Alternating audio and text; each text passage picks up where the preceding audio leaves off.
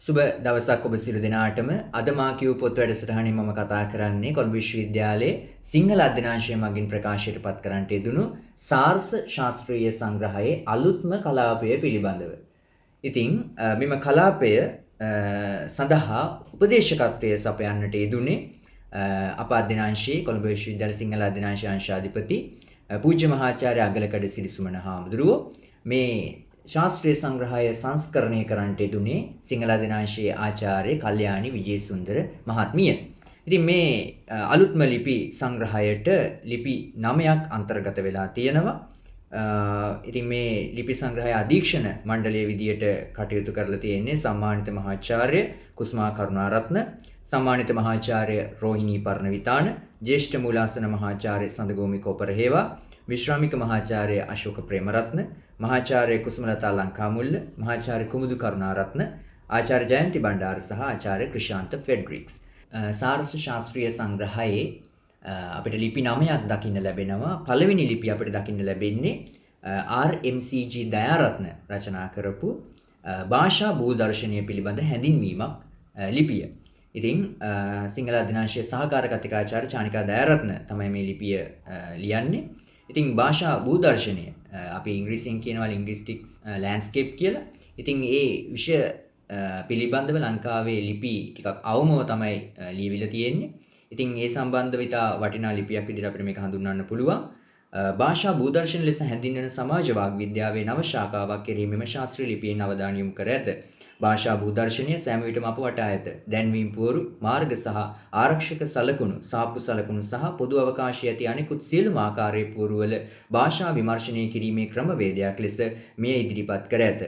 භාෂා භූදර්ශනය අධ්‍යයනයට අනුව භාෂාව මිනිසුන්ගේ ශ්‍රණික හා ඍජු හඳුනා ගැනීමේ ක්‍රමවේදය ලෙස සහ සමාජ වෙනස පිළිබඳ වඩාත්ම ශ්‍රණික සංවේදී දර්ශකය ලෙස සැලකේ. ඒ අනුව මෙම ලිපියෙන් භාෂා භූදර්ශනය හා එහි විවිධ පැතිකඩ පිළිබඳ හැඳින්වීමක් ඉදිරිපත් කර ඇත. ශාස්ත්‍රීය සංග්‍රහයේ දෙවන ලිපිය විදිහට අපිට දකින්න ලැබෙන්නේ රජරට විශ්වවිද්‍යාලයේ භාෂා අධ්‍යනාංශයේ සහකාර කතිකාචාර්ය කිඹි අනුරුද්ධසිරි හාමුදුරුවෝ රචනා කරපු සිංහල ප්‍රාකෘතය පිළිබඳ ඓතිහාසික වාග් විද්‍යාත්මක විමසුමක් කියන ලිපිය. සිංහල භාෂාවේ ප්‍රාකෘතික අවස්ථාව පිළිබඳ ඇති වූ මතවාද රැසකි. ක්‍රිස්තුපූර්ව 1500 සිට ක්‍රිස්තුපූර්ව 600 දක්වා කාලතරංගයේ පැවති සිංහල භාෂා ස්වරූපය බොහෝ වාග් විද්‍යාඥයින් සිංහල ප්‍රාකෘතය යනුවෙන් හඳුන්වා ඇත. එම මතවාදවල තත්කාලීන භාෂාවේ ලක්ෂණත් ඓතිහාසික වාග් විද්‍යාත්මක න්‍යායන් විමසා බැලීම මෙම ලිපියෙන් සිදු කෙරේ. පළමුව ලෝක භාෂා වර්ගීකරණය හා ප්‍රාකෘත භාෂා අවධිය, ප්‍රාකෘත භාෂා ප්‍රභේද හා සිංහල ප්‍රාකෘත අවධිය යනු කවරේදයි සාකච්ඡා කෙරෙන අතර දෙවනුව සිංහල ප්‍රාකෘතය යන නාමය අදාළ කාල පරිච්ඡේදයේ භාෂා ස්වරූපය හැඳින්වීම සඳහා යොදා ගැනීමේ යෝග්‍යතාවත් ඒ පිළිබඳ වූ මතවාදත් සමාලෝචනය කෙරේ. සිංහල ප්‍රාකෘත අවධිය යනුවෙන් අවධිකරණයක් තිබීමේ සාවද්‍ය බව හා නිර්වද්‍ය බව පිළිබඳ උගතුන් අතර ඇති වී තිබෙන මතවාද සිංහල ප්‍රාකෘතිය පිළිබඳ මතවාද තෙක් වර්ධනයට හේතු වී ඇති බව මෙහිදී නිරීක්ෂණය වේ. සිංහල ප්‍රාකෘතයේ ආරම්භය හා විකාශය කෙරෙහි බලපෑම් සාධක හා මේ අවධියේ භාෂා ලක්ෂණ විග්‍රහ කිරීම අනතුරුව සිදුවේ. ක්‍රිස්තු පූර්ව 3 සිට ක්‍රිස්තු වර්ෂ 3 අතර පැවති සිංහල භාෂාව ලංකා ප්‍රාකෘතයේත් ඉන්දියානු ප්‍රාකෘතයේ සම්මිශ්‍රණයක් වුවද මධ්‍යතන ඉන්දු ආර්ය ප්‍රාකෘත භාෂාවන්හි ලක්ෂණ සුලභ වූයෙන් එය සිංහල ප්‍රාකෘතය යනුවෙන් හඳුන්වා ඇති බවත් අන්‍ය භාෂා සංස්පර්ශයෙන් මෙරට භාෂාව පෝෂණය වීමේ ලක්ෂණය සිංහල ප්‍රාකෘත අවධියේදී ප්‍රථම වරට සිදු වී ඇති බැවින් පසු අවධිවලදීද විවිධ විචල්්‍යතා මත සිංහල භාෂාව දියුණු වන්නට ඇති බවත් භාෂා පරිණාමයේදී ඉන්දියානු ප්‍රාකෘත භාෂාවල සංකීර්ණත්වය මගහැරී යාමෙන් සිංහල ප්‍රාකෘත භාෂාව ශිථිලත්වයට පත් වී ඇති බවත් මෙම ලිපියෙන් නිරීක්ෂණය වේ. ඉතින් මේ විදිහට තමයි ලිපියේ සාර සංක්ෂේපය සටහන් වෙලා තියෙන්නේ. මීළඟට තුන්වෙනි ලිපිය විදිහට අපිට මේ ශාස්ත්‍රීය සංග්‍රහයේ දකින්න ලැබෙන්නේ KMT අනුත්තරා විජේකෝන් රචනා කරපු ශ්‍රී ලාංකීය පෙතිකඩ චිත්‍ර කලාව සහ එහි නූතන භාවිතය පිළිබඳ සංස්කෘතික අධ්‍යයනයක්. සංස්කෘතිය මගින් කලාව, නීතිය, භාෂාව, විශ්වාස පද්ධතිය, අදහස් යනාදී සියල්ල පිළිබිඹු වේ. ශ්‍රී ලාංකේය කලා ශිල්ප අතර චිත්‍ර කලාවට හිමිවන්නේ වැදගත් ස්ථානයකි. චිත්‍ර කලාවේ එක් ස්වරූපයක් ලෙස වස්ත්‍ර මත සිතුවා මැදීමේ කලාව හෙවත් පෙතිකඩ චිත්‍ර කලාව දැක්විය හැකිය. ශ්‍රී ලාංකේය පෙතිකඩ චිත්‍ර කලාව අතීතයේ සිට නූතනය දක්වා විකාශනය වීමේදී සිදු වූ වෙනස්කම් සහ ඊට බලපෑ හේතු විමර්ශනය කිරීම මෙම පර්යේෂණයේ අරමුණයි. පෙතිකඩ සිතුවම් නිර්මාණයේදී අතීතයට සාපේක්ෂව නූතනය වන විට වර්ණ භාවිතය, අවකාශ භාවිතය සහ රේඛා භාවිතය යන ආදිය දක්නට ලැබෙන සමවිෂමතා මොනවාද යන්න මේ පර්යේෂණය ගැටලුවයි.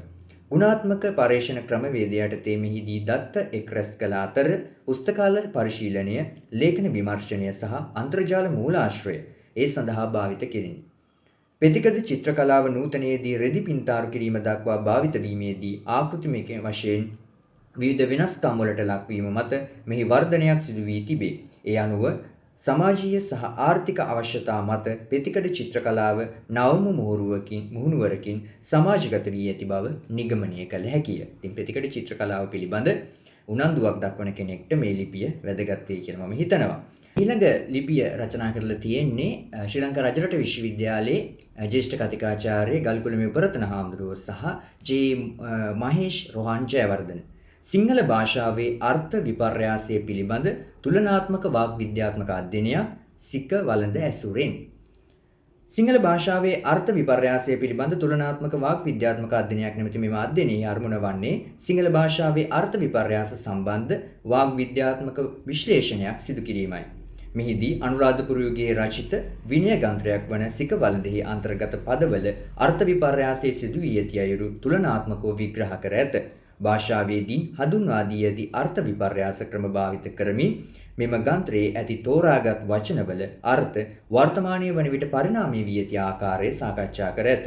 මේ සඳහා මයිකල් බ්‍රියෙල්, ලෙනඩ් බ්‍රූම්ෆීල්ඩ්, ස්ටෙෆන් උල්මන් සහ ෆර්ඩිනන්ඩ් ඩි සොසියර් ආදී විද්වතුන්ගේ න්‍යාය මත පදනම්ව ප්‍රාදේශීය හා සමාජීය භාෂා විචලිත මනෝවිද්‍යාත්මක බලපෑම් සහ සමාජ සංස්කෘතික සාධක මගින් සිදුවන අර්ථ විපර්යාස ක්‍රියාවලිය පිළිබඳ අවධානය යොමු කර ඇත. ආනන්ද ජයසේකර හා චිත්‍රා ජයසේකර විසින් රචිත තුලනාත්මක වාග් විද්‍යාව නැමැති කෘතිය අන්තර්ගත අර්ථ විපර්යාස ක්‍රම කෙරෙහිද විශේෂ අවධානය යොමු කර ඇත. මේ තුල අර්ථ විස්තාරය, අර්ථ සංකෝචනය, අර්ථ පරිවර්තනය, අර්ථෝන්නතිය, අර්ථාවනතිය, අර්ථ විරෝධය හා අර්ථ පරිහානිය යන ක්‍රම 7 පිළිබඳ විමර්ශනයක් අන්තර්ගතය. ගුණාත්මක පර්යේෂණ ක්‍රමවේදය භාවිත කරමින් මෙම අධ්‍යයනය සිදු කර ඇති අතර සිංහල ශබ්දකෝෂ සහ සික වළඳෙහි අර්ථ ආශ්‍රයෙන් විශ්ලේෂණය කළ ඇත. එමගින් නුමුසු හෙළබස වර්තමානයේ වන විට අර්ථ විකාශනයට ලක් වී ඇති බවටත් නූතනය භාවිතයේදී එම වචනවල අර්ථ වෙනස් වී ඇති බවටත් නිගමනය කර ඇත.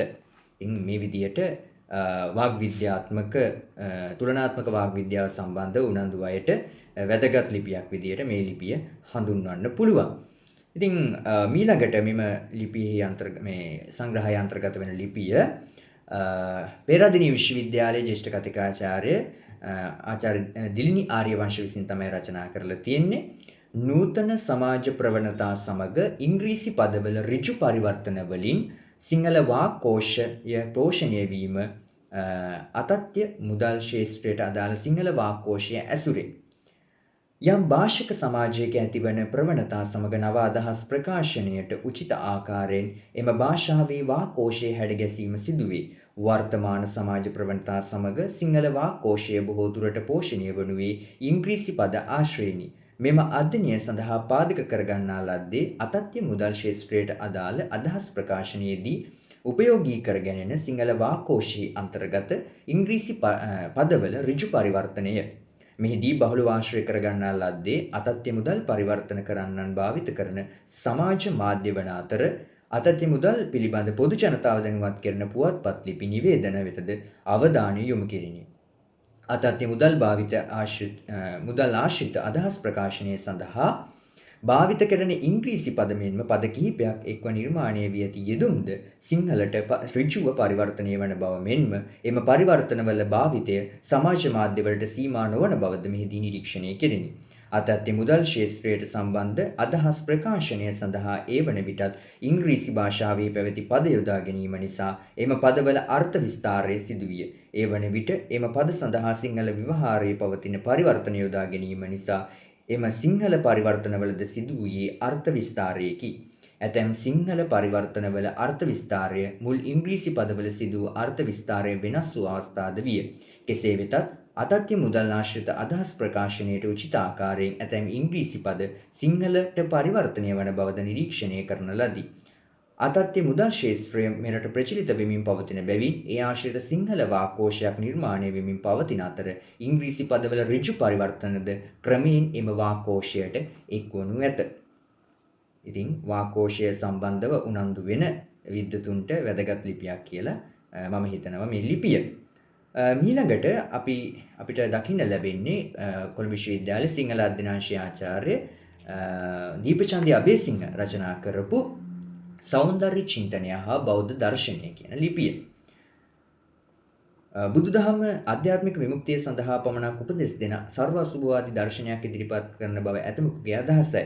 එබැවින් ලෞකික විෂයානුබද්ධ සෞන්දර්ය රස ආස්වාදයට බෞද්ධ දර්ශනයේ ඉඩක් නොලැබෙන බවට ඔහු තර්ක කරති. සෞන්දර්යය යනු සුන්දරත්වයේ හෙවත් සිත් ඇදගන්නා රමණීයත්වයයි. මිනිසා ජීවත් වන ලෝකය දුක මත පිහිටා ඇත. බුදුදහමට අනුව නිර්වාණය හැර සුන්දරයයි කියා වින්දනය කරනු ලබන සියලු දේ తాවකාලිකය.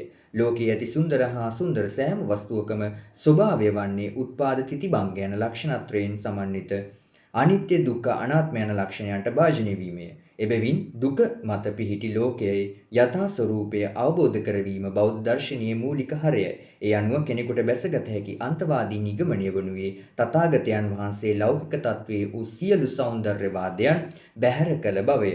එහෙත් බුදුන් වහන්සේ පිළිබඳවත් උන්වහන්සේගේ ධර්මය පිළිබඳවත් මැනවින් හදාළ අයෙකු එම සාවද්ද නිගමනයට නොඑළඹෙනු ඇත. බුදුදහමේ මූලික ගැන්වීමක් වන පටිච්ච සමුප්පාදය තුලින් සිදු කොට ඇත්තේ ලෝකෙහි සැබෑ තත්වය යථාර්ථවාදීව දේශනා කිරීමයි. සැබෑ සෞන්දර්යය යනු මිනිස් මනසේ යථාර්ථවාදී සිතුවිලි අවදි කිරීමයි. සුන්දරයයි ලෝක සත්වයන් ඇලෙන රාගික වූද ශෘංගාරාත්මක වූද මිදීම් හා ආස්වාදයන් බෞද්ධ දර්ශනයෙන් ප්‍රතික්ෂේප වන අතර ඇලීමෙන් තොර සෞන්දර්ය රසාස්වාදයේ මගින් අත්විඳින ධාර්මික ප්‍රීතිසුවය බුදුදහමෙන් අගය කරයි. සෞන්දර්යය මගින් ජනයා මුසපත් කිරීම බුදුදහමෙන් ප්‍රතික්ෂේපිතය. එහෙයින් බෞද්ධ කලාවේ සෞන්දර්යාත්මක පරමාර්ථය වන්නේ ප්‍රසාදය හා සංවේගයයි. පරම සෞන්දර්ය හේතුඵල සංකල්පයෙන් වියුක්ත බව පෙනේ. සෞන්දර්ය වින්දනය නිර්වාණීය බවට පත්වන්නේ මේ අර්ථයෙනි. ධර්ම රසය, ශාන්ත රසය, නිවන් රසය මූලික බුද්ධ සමයට අනුව වෙන් රස හෝ භාව නොවේ. බෞද්ධ කලා දර්ශනයේ පරිසමාප්ත අවසානයේ උපේක්ෂා රසය හරය කොට ගන්නා අතර ලෞකික ස්වરૂපයෙන් ඉදිරිපත් වන උපේක්ෂා ඥානය ලෝකෝත්තර ස්වરૂපයක් හිමි කර ගනී. එය භාව විශෝධනයේ මූලික සහජාසයක නිදිගත් ස්වરૂපය අවදි කිරීමකි. ඉතින් සෞන්දර්ය වින්දනය බෞද්ධ දර්ශනය පිළිබඳව උනන්දු කෙනෙක්ට මේ ලිපිය ගොඩක් වැදගත් වේවි කියලා මම හිතනවා. ඊළඟට රුහුණු විශ්වවිද්‍යාලයේ සිංහල අධ්‍යනාංශයේ ජ්‍යෙෂ්ඨ කතිකාචාර්ය නදීකා සඳමාලි පීරිස් රචනා කරපු සම්භාව්‍ය සිංහල සාහිත්‍යයේ නිරූපිත ගෘහ නිර්මාණ ශිල්පය පිළිබඳ අධ්‍යයනයක් ලිපිය. අනුරාධපුර යුගයේ සිට මෙරට දියුණු ගෘහ නිර්මාණ ශිල්පයක් පැවතුණු අතර ස්තූපය, බෝධිඝරය, ප්‍රතිමාඝරය, වාහල්කඩ, දේවාල, රජමාලිගා, උද්‍යාන සහ පොකුණු යනාදී අංගයන්ගෙන් ඒ බව ප්‍රකට කරයි. සම්භාව්‍ය සාහිත්‍යයේ නිරූපිත ගෘහ නිර්මාණ ශිල්පය පිළිබඳ විමර්ශනය කිරීම මෙම අධ්‍යයනීය අරමුණ වූ අතර සම්භාව්‍ය සිංහල සාහිත්‍යයෙන් ගෘහ නිර්මාණ ශිල්පය පිළිබඳ කවර තොරතුරු sannivedanaya වන්නේද යන ප්‍රශ්නයට පරීක්ෂණ ගැටලුවට අනුව සිදු කළ මෙම පරීක්ෂණයේදී පුස්තකාල පරිශීලනය හා අන්තර්ජාල මගින් දත්ත එක් රැස් කිරීම සිදු කෙරිණි. ගුණාත්මක දත්ත විශ්ලේෂණය යටතේ දත්ත විශ්ලේෂණය සිදු කළ අතර මෙම පරීක්ෂණයේදී අනුරාධපුර යුගයේ සිට කෝට්ටේ යුගයේ දක්වා රචනා වූ සම්භාව්‍ය සාහිත්‍ය කෘති ප්‍රාථමික මූලාශ්‍රය ලෙස යොදා ගන්නා ලදී. එහිදී පුස්තකාල ගවේෂණ ක්‍රමය මගින් ප්‍රාථමික සහ ද්විතීයික දත්ත සපයාගත් අතර ඒවා තුලනාත්මක නිරීක්ෂණය මගින් තර්කානුකූල නිගමනයන්ට ලැබීම සහ විස්තරාත්මකව විවරණය කිරීම සිදු විය. අනුරාධපුර යුගයේ සිට කෝට්ටේ යුගයේ දක්වා රචනා වූ සම්භාව්‍ය සිංහල සාහිත්‍ය කෘති වලට පමණක් සීමා වූ අතර සමයෙහිදී ගෘහ නිර්මාණ ශිල්පයේ දියුණුව පැවතුණු බව සාහිත්‍ය නිර්මාණ මගින් ප්‍රකට විය. ඉතින් සම්භාව්‍ය සාහිත්‍යයේ කොහොමද ගෘහ නිර්මාණ ශිල්පය නිරූපණය කරලා තියෙන්නේ කියලා උනන්දු වෙන කෙනෙක්ට මේ ලිපිය වැදගත් වේවි කියලා හිතනවා. ඊළඟට අපිට දකින්න ලැබෙන්නේ පෙරදින විශ්වවිද්‍යාලයේ සිංහල අධ්‍යනාංශයේ කතිකාචාර්ය සුනිල් වික්‍රමසිංහ රචනා කරපු යුරෝ කේන්ද්‍රවාදයේ හඳුනා ගැනීම පිළිබඳ න්‍යායික අර්ථ විවරණයක් ලිපිය. යුරෝ කේන්ද්‍රවාදය යනු යුරෝපය හා එහි සංස්කෘතික ඓතිහාසික දෘෂ්ටිවාදවලට අනුව යුරෝපියානු සભ્યත්වය පමණක් උසස් යැයි සලකන ප්‍රමිතිගත ප්‍රතිපත්තිමය කතිකාවකි. එය මනුෂ්‍ය සාමූහික විඥානයේ ඇති සාමූහික විශ්වාසයේ සැලකෙන දෘෂ්ටිවාදයක් සේම තනි පුද්ගල දෘෂ්ටියක් සේද ව්‍යාප්තව ඇත. ඉතිහාසකරණය සහ යටත් විජිත කරන ජනපදකරණ ක්‍රියාවලියේ මූලික ආස්ථානයක්ද එමගින් පෙන්눔 කර සිටී. යුරෝපය කේන්ද්‍ර බලය බවට පත්ව යුරෝපියානු නොවන භූගෝලීය දේශ සීමා මායිමකට දුරස් කර දැමීම යුරෝ කේන්ද්‍රවාදයයි. යටත් විජිතකරණ බලය පිළිබඳ කතිකාවෙන් ආරම්භ වූ එය ගෝලීය ආයතන දේශපාලන හා සංස්කෘතික අවබෝධයේදී නිතර නිතර පෙනී සිටී.